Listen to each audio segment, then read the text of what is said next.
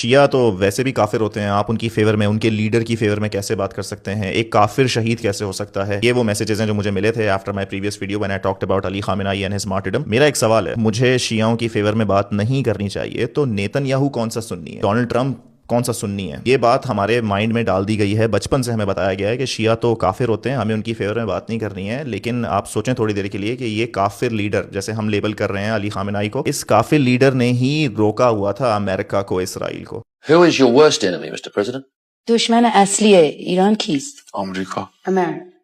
किसी और मुसलमान मुल्क में इतना दम नहीं था, इतनी हिम्मत नहीं थी, इतना तप्पड़ नहीं था एज दे से कि वो इसराइल से लड़ते। फ़लस्तीन की मदद के लिए सबसे पहले ईरान ने, एक काफिर स्टेट ने, एक काफिर लीडर ने, अली खामेनेई ने, काफिर लीडर ने आवाज़ उठाई। ये याद रखें कि जब घर में आग लगी होती है तो भाई आपस में नहीं लड़ते। एंड येस, हजार इख्तलाफ हो सकते हैं आपके अहले तशय्युई कम्युनिटी से, हजार इख्तलाफ हैं, शायद जितने मेरे हैं उतने किसी के नहीं होंगे, बट अभी फिलहाल घर में आग लगी है, दुश्मन हमारे दरवाजे पे खड़ा है। मैं अपने भाई से नहीं भिड़ूंगा, हमारे जो भी डिफरेंसेज हैं वो हम जंग के बाद देख लेंगे। आप मेरी गिरबान पकड़ लेना, मैं आपको 2 थप्पड़ लगा दूंगा, आप मुझे एक मार लेना, वो हमारे इंटरनल मैटर्स हैं, हम इंटरनली सॉल्व कर लेंगे। लेकिन दुश्मन दरवाजे पे खड़ा है, मैं इस वक्त आपस में अपने भाइयों से नहीं लड़ूंगा। और जो डिफरेंसेस शियाओं सुन्नियों के हैं वो बहुत सेंचुरी से चलते आ रहे हैं, वो फौरन खत्म भी नहीं होंगे। बट अगर दुश्मन दरवाजे पे खड़ा है, अगर आज इमाम मेहदी मौजूद हो, तो हम क्या शिया सुन्नियों में लड़ते रहेंगे आपस में, या सारे मुसलमान मिलकर यूनाइट होकर इमाम मेहदी को फॉलो करेंगे? तो अगर मुझे एक शिया लीडर के फेवर में नहीं बोलना चाहिए, तो ये याद रखें कि नेतन्याहू और ट्रंप भी कोई सुन्नी नहीं है। असल दुश्मन वो है, असल दुश्मन शिया नहीं है। शियाओं के साथ बैठ के डिस्कोर्स हो सकता है, बात हो सकती है। असल दुश्मन फिलहाल शिया नहीं है, असल दुश्मन एक्सटर्नल फोर्सेज हैं। जो इस्लाम के अगेंस्ट है वो दुश्मन है। और ये मैं नहीं कह रहा, ये नबी सल्लल्लाहु अलैहि वसल्लम के अल्फाज हैं। रसूलुल्लाह फरमाते हैं हदीस में, ऑथेंटिक हदीस में, कि एक वक्त आएगा जब तुम लोगों पर लोग टूट पड़ेंगे, कौमें तुम पे हमला करेंगी जैसे किसी फीस्ट पे जाती हैं। कंपेनियन से पूछा, या रसूलुल्लाह क्या